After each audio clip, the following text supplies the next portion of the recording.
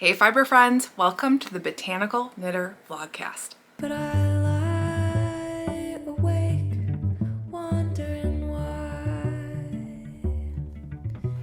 I'm Emily, I live in Minneapolis, Minnesota, and this is my space where I talk about all things making and the joy of wool. You can find me on Instagram as The Botanical Knitter and on Ravelry as Botanical Knitter. If you're interested in seeing more of what I'm working on, things I'm sewing, knitting, what I'm doing, Instagram is the best way to find me because I post there way more frequently than I do here on the YouTube.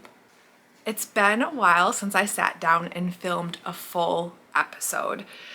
Last time I kind of went through the whole finished object, whip, what I'm wearing, that whole thing was just before I went to California and then Rhinebeck. So it was the end of September and a lot has happened since then. Mostly, and like the best, is I am done traveling for the year.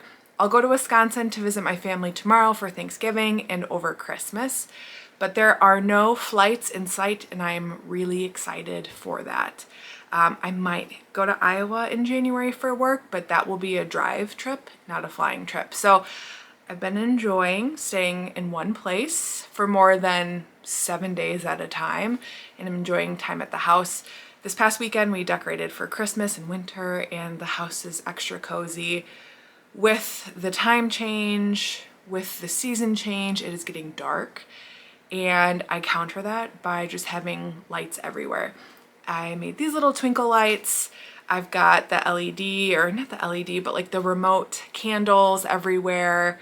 I don't know, I just love cozy lights. So my house is peak cozy right now, which means like crafting is extra glamorous, like sitting on the couch and watching Holiday Baking Championship and having cozy lights. Pause. If you watch Holiday Baking Championship, let me know. I love it just because it is so corny and so cheesy, and my husband and I watch it with a lot of snark. So if you are a snarky watcher of it, please let me know and maybe we can Instagram about it because it's so fun. Anyways, let's start out with what I'm wearing. Today I'm wearing my tried and true. This is the classic hat by Purl Soho in Silly Goose Yarn's Goth Babe. And I am wearing a fresh pair of sewn pants. They're the Chanterelle Pants by Sew Liberated. I made them in a size 14 with no modifications, and I did view B, which is a tapered leg with kind of this like tucking, so it creates a really cool pleat. I used linen from Fluid Drape, and it's the first time I had sewn with linen in a while. My most recent projects were denim and corduroy, and this is extra slippery linen, so I didn't do the best job cutting the pattern out. And I would say because of that, the pleats around the ankles don't line up great, but you know what? It's fine. So let me show you. This has an expansion pack with a zipper. I just did the classic elastic waist. Here's these really beautiful pockets. Here's the back, a little tag, and then, let's see. You can see the pleat here with the cuff and this really nice little detail. What I learned from this project, and I've known for a while, but haven't had to do it much, I'm terrible at stitching in the ditch. So stitching in the ditch is when you are sewing in a seam that exists already. And I think it is to hide your stitching so it looks like this perfect cuff. However, I am not good at that, and you can see where like some bits my stitching was going right in between the seams, and then in other spots it was like kind of coming up and then going back down, then coming up. So don't look too closely at my cuffs or waistband. You would probably be too personal if you're looking too close at my waistband.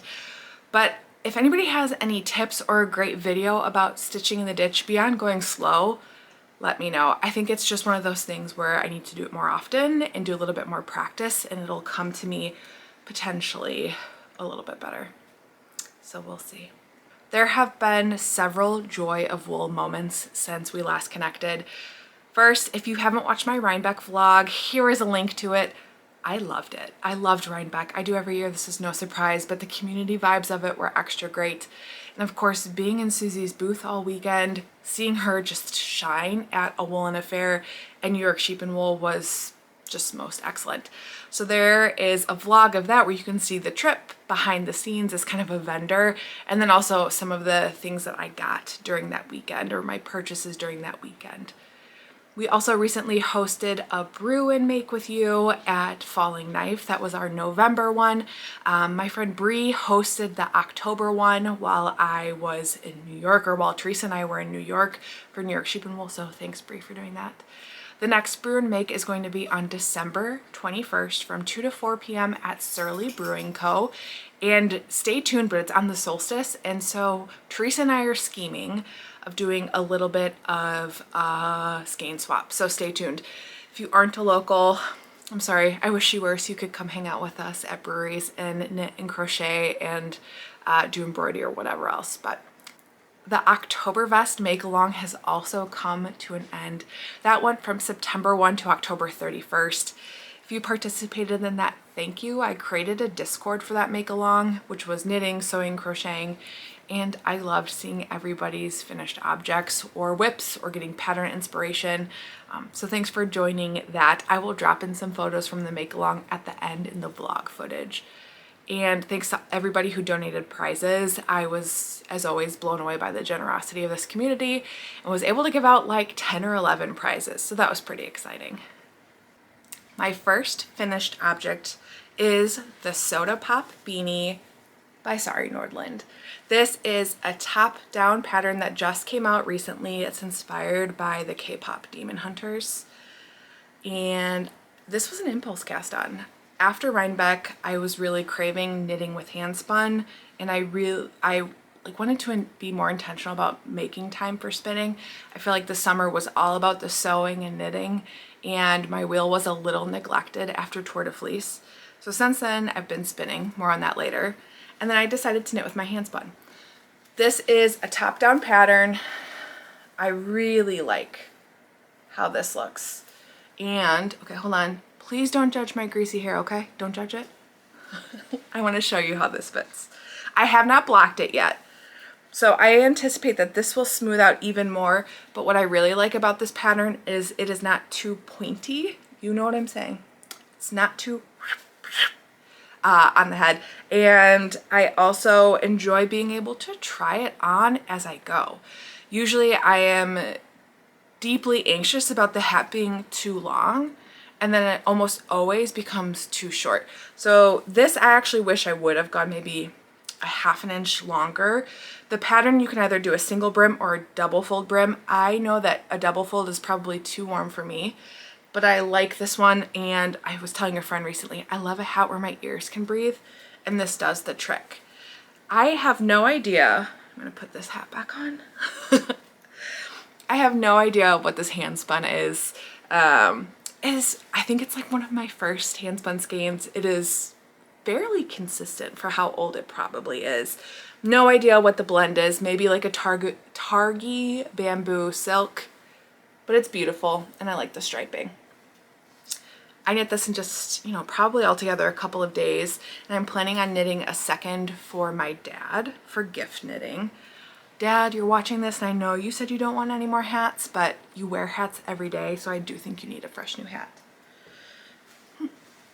My second knitting finished object is a pattern that was released today, Wednesday the 26th of November, and that is the Flannel Crush shawl by Samantha Guerin.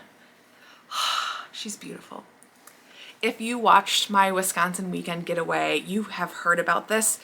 And if you haven't, let me tell you about it. So this is the newest pattern from Sam in her kind of mosaic knitting series. The Flannel Crush motif comes in either the shawl pattern or a cowl version. I used brown, this deep, beautiful natural brown from Boondoggle Farms, and it's fin sheep. And then I used this glorious color changing sock blank from Fiber MacGyver. And so I started here. The first sock blank got me all the way to this section. And then I was torn about if I wanted to start the fading over again with purple or go in the reverse order. I decided to go in the reverse order this time and go back from gold to purple. And so it creates this really beautiful kind of center moment. And the colors are just yummy. Sock blanks are super cool. This is my first time knitting a project with a sock blank, and I think it is great for a color work pattern or a color changing pattern because you know exactly what it's going to look like knit up. And I think sometimes with color changing yarn like spin cycle, whatever, you have to cut and do some color management if you want more of like a longer fade in this one, or even a quicker fade depending on your length. But anyways, a sock blank is the perfect way to do that. So thank you, Susie, for creating beautiful, beautiful yarn. This pattern was one that maybe turned me into a process knitter. It might have just been the pattern, but this motif was pretty simple to memorize.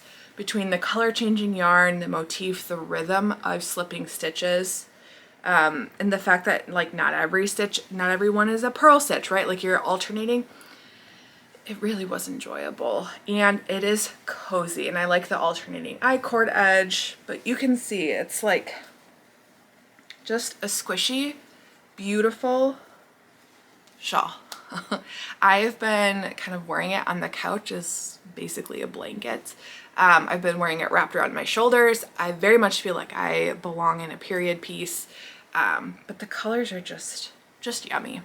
The only other thing I would say about this pattern is that I definitely made an oopsie.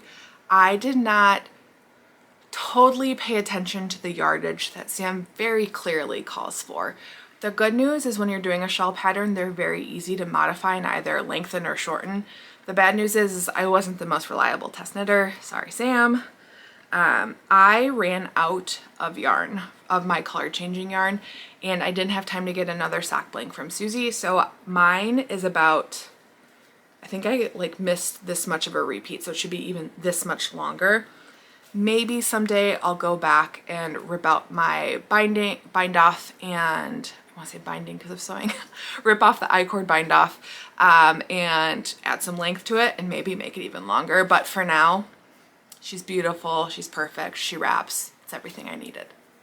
So this came out today. Go check out Samantha Guerin's Instagram or I'll link to the pattern on Ravelry below. It's a great knit, and the cowl version is probably not too far from hopping on my needles. Let's talk sewing, because I accomplished the one thing that I said I wanted to do this fall, and that is I made a pair of jeans.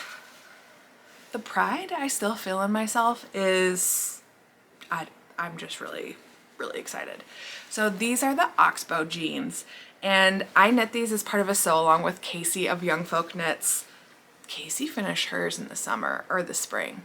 I finished mine in October. I was just a chicken shit about it. I don't know why I thought it was going to be so challenging. I even took a class on how to do a zipper, which I remembered and came in clutch when I was actually sewing this, but I just put it off and put it off. So I finally said, enough's enough, do the damn thing, and I sewed them in a weekend and had the best time. Far from perfect, but I learned several new things. So first, I did put in a full zipper for the first time. I've got this cute little button. The zipper looks pretty good if I say so myself. I also learned how to do kind of this wedging for the first time, or the shaping on pants. And then I graded a pattern for the first time. So grading a pattern is when you're kind of working in between a couple of different sizes because the standard size of a pattern doesn't fit or isn't quite right for your body measurements. The beauty of making your own clothes. So I started by going, I think it was an 18 at the waist down to 14 in the legs. And shout out to my friend Laura, who is one of the co-owners of Dandelion Fibers, for helping me figure out grading because I was a little overwhelmed. But I'm really happy with how these turned out. They have these really cute front patch pockets. And then the view that I did is the slightly longer, more tapered leg versus the more cropped wide leg, because I feel like I have so many wide leg pants. These jeans are the most comfortable jeans I've ever owned. Like, I wear them all day. Usually when I like have jeans on, I take them off the second I don't need to be wearing them. The denim is really soft. It's not super firm denim. It doesn't stretch, like it stretches, but it doesn't stretch out. So like I didn't have a diaper butt. I think I wore this for 3 weeks straight without, not every day, but like for 3 weeks between washes. And it did not stretch out and give me a saggy butt, which I thought was wonderful. So I plan to make these again. We'll do the same grading. However, I will make these not as high of a rise. They are like above my belly button. And thankfully it's like very comfortable and definitely roomy. I don't know, I could have probably done an 18 to a 16, no, 16 to a 14 rather than 18 to a 14. But I'm gonna stick with what I have because it's nice having things that aren't terribly tight and make me uncomfortable. So this was my 2025 making goal, was to make a pair of jeans, and I did the damn thing. So thank you, Casey, for giving me courage. Thank you for Lara for walking me through how to grade, and do the jeans. Make the thing you think you can't do. You can absolutely do it. A couple more sewing finished objects. The first is the Margo Pinafore by Tammy Handmade. It is just a simple pinafore, basically a pullover dress. It's got the V-neck. This pattern comes in 2 options, a square neck or a V-neck. I did the V-neck, which honestly I'm not totally sure why, because I don't love a V-neck on me, and I don't know why I picked it. I don't know how I feel about this yet. Do you ever have outfits where you feel like your head looks teeny tiny and your body looks huge? This makes me feel like I'm just a little head and a big body. I don't know if it's because it hits my breasts and it just like, I probably could have done some grading from the larger size down to the smaller size through my hips. That might help. I don't know what it is. I'm glad I made it. It is really cute. I feel like for just wearing around the house. It's got some pockets. It utilizes the burrito method to have this lining. So I just used some scrap fabric along with this corduroy that I picked up from Lakes Makerie. The bust starts hit okay on me. But yeah, I don't know that I love it. I will say the V-neck, I could have done a much better job with the sewing around that point. Sometimes I just get a little, I want the product and I'm over the process, and that kind of happened here. But all in all, it's cute. I wanted a pinafore to wear with black tights and a long sleeve shirt and boots, and this hits that. And maybe I just need to spend a little bit more time with it and playing around with styling, and maybe not be so hard on myself. That could probably be it too. The last 2 sewing objects I made are a set, and I made these just ahead of Rhinebeck. The first is the Ruffle Brunch shirt by Matchy Matchy Sewing Co. It is a cute little blouse that ties down the front. I think I made an extra large, and I would go down a size. I feel like I always overestimate how much room I need because of my large chest, but I love these sleeves. The puffy sleeves, the elastic ruffle cuff, it's darling. And then I made a matching pair of Pomona pants to go with it. Simple wide leg pant with the hacked patch pockets on the front so I can have a little bit more room to put things. I used my Shelly Can Maker ribbon, and I actually don't love them together. I think it's because this is so big and I'm not quite sure how to style this underneath with this. I want to have a shirt on underneath or a tank. I've been wearing this with like a black Athleta tank top and jeans, and that is a really cute look. And these pants I wear almost every day. I've worn them flying, I wear them around the house, I wore them to a work training because I think they're wide leg and they look dressy depending on how I style it. I think I wore this with like a really clean, simple black crew neck sweater that is from J. Crew, and these pants, and then a cute pair of black ballet flats, and it was adorable. This fabric is from Blackbird, and I think it's just there. I don't remember like if it was from a company or from Blackbird itself, but I ordered it from Blackbird because I wanted more of a fall linen, because all of my gingham is definitely more spring summer, and I wanted some pieces that I could wear in the fall and in the winter. So as you can see, I was very busy sewing this kind of fall, and I have some wonderful pieces that will take me into the fall and winter, because the bulk of my wardrobe right now that I've sewn is very spring and summer heavy. So I'm excited to have more transitional pieces. All right, had to take a little break to charge the camera because I'm great at this. I came back from Rhinebeck and had finished getting ready for Rhinebeck, had finished the Mippy the Label cardigan, the Maple Meadow cardigan. And then I had finished 2 vests to wear to Rhinebeck. The, oh goodness, the Fieldstone vest by Samantha Guerin, and then the Warp vest by Sarah Otteson. So I came back and was like, oh, I can knit whatever I want. And now I have 3 sweaters on the needles. So let's work through them. The first is a test knit for Famca of Mippy the Label, and it's the Inga Isle sweater. It is gorgeous. It is a textured worsted weight sweater, and it is super simple and enjoyable and effective. I love the stitch pattern she wrote into it. I am knitting mine 1 repeat longer for each section, just because I don't want this to be very cropped, and it's written to be slightly more cropped, and I want it to be a cozier, thicker winter sweater. I did the folded collar, but as you can see, it is looking really bulky, and I'm going to try 2 things. First, I'm going to add in some elastic and see if it helps it hold its shape a little bit more.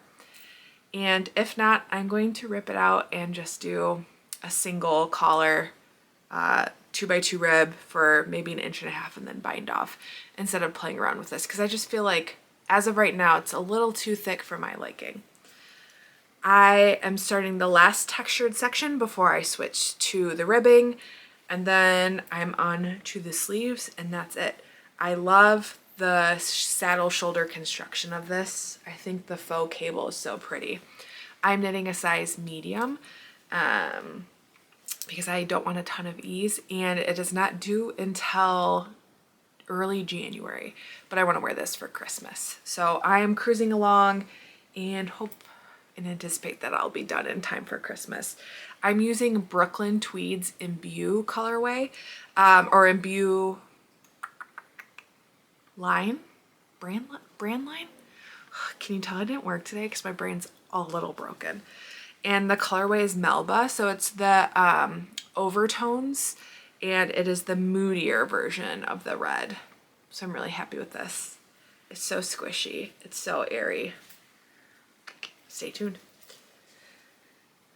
Okay, the next sweater I have on my needles is the Equinox cardigan by Brianne Moody, and this is for the Up North Fiber Retreat. That is happening over MLK weekend in January. I went to it last year. That was the weekend. It was super cold and we were in Bemidji, Minnesota. They're doing a knit along with any Brianne Moody pattern because Brianne is teaching at the retreat. And I wanted to do this because it's beautiful. Also, because when I came back from Rhinebeck, remember, I wanted to knit with Handspun, and I wanted to steek something. So here it is. Oh, I'm so happy with this one. So the green, browns, kind of color changing is my Handspun. It is the January 2024 Hello Yarn Fiber Collection, or like the club colorway. I don't remember. I think there's some silk in it. It's really pretty. The pop of lime green is extra fun. I am sad that technically the color work of the sweater is over. So I plan to modify by doing probably looking at sizes and going a size up, but pulling maybe another repeat or 2 and putting it around the hem, and then also just before I switch to ribbing for the cuffs of each sleeve.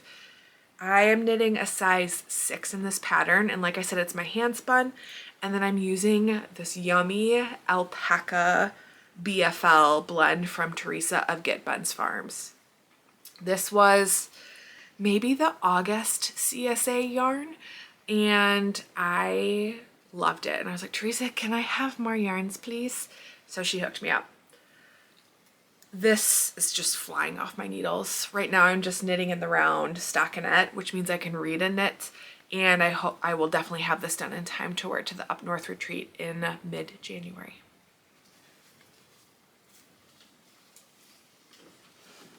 The last sweater on my needles was kind of an impulse cast on when I went to the cabin in Wisconsin 2 weekends ago. And this is a sweater I'm knitting with several Instagram IRL friends, and it's the Scrappy Yoke Sweater by Olga Putano.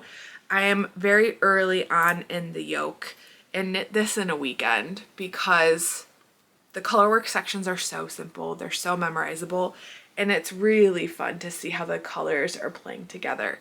The blue and the pink are from Silly Goose Yarns, and then the kind of roasted pecan brown color and the red are from Fiber MacGyver. These are all yarns from my stash, which is extra exciting. The pattern is great for using up those single skeins you might have. I'm enjoying the color. It is like winter and fall and spring all at once, and I am okay with it. So I think I'm through the second chart. I think I'm done with the second chart, and it is color work throughout the sweater. There is no real deadline for this one, and so I plan to just slowly work on it. I'm knitting the size, I think I'm knitting a size 4 or 5. It's fingering weight on US 4 needles. I had to go down a needle size to get gauge, but she pretty. And yes, I'm still using a Halloween project bag because I love Halloween. All right, and then my last knit that I want to show you is a test knit. I'm test knitting the Old Salt Mittens by Designed by So and So, Ashley. She has come out with this motif on fingerless mitts, and when I saw the mittens, I thought, great, that'll be a really good guess or a good gift knit. And then I finished one in like 2 days and put it on and said, I'm keeping these for me. They are so cute. So I guess this is more of a half finished object, but I finished this mitten and I'm just about now to start doing increases for the thumb gusset before I switch to the colorwork pattern. Super fun, simple pattern. These would be, if you haven't done colorwork mittens before, you should do them. I think you can see there really aren't any floats to catch. They all just kind of lay behind quite nicely. I am using leftover of the brown fin from my Flannel Crush shawl with this really special tweed skein I picked up at Flock from Little Wing Fiber Co. I love the blue and the brown together, and I ended up doing a contrast tubular cast on rather than doing it all in this like really pretty blue gray. These are due, or one is due by December 13th. I'm obviously done. The pattern will come out, I think, in time for you to maybe sneak out a gift knit before any of the holidays you might be celebrating. But I would recommend it. It's really fun. There's something about a quick palette cleansing project when you're like, it's engaging because it's color work, but it also is quick and then it's done. Especially because I have 3 sweaters on my needles. Having a pair of mitts is great. I anticipate casting on a bunch of hats now for gift knitting and some shawls, but for now, that's my whip pile. I know I have 3 sweaters on my needles right now, but I really want to cast on another one, and I just can't tell myself no. However, I can't decide which sweater, and 5 sweaters seems ridiculous. 4, maybe less. 5, too much. So I need your help. There's 2 sweaters I'm considering casting on right now. The first is the Stratified by Tiff Nealon, and this was recommended to me by a viewer, so thank you. And it is a super simple colorwork pattern, and I would use these 4 colors, mostly from Newburgh Yarn Co. One from this beautiful yarn that I picked up at a Woolen Affair from Sanctuary Fibers. So these 3 held with this fin wool from Boondoggle that I got at Rhinebeck last year. I think, so this would be my main color. Oh my god, I have 2. I have too much yarn. So this would be my main color, and these three would be the contrast color. I think they're beautiful. They're my children. So, do I cast this on? Blue, red, brown, deep, beautiful green, and this like tan. Feels wintry. Or should I cast on a sweater by Teddy Lutzik? I have admired their patterns for a very long time. They're all botanical themed. This one is the Martech, and it is a flower pattern, and it is gorgeous. It is a newer one of their patterns, I believe, and I would use this.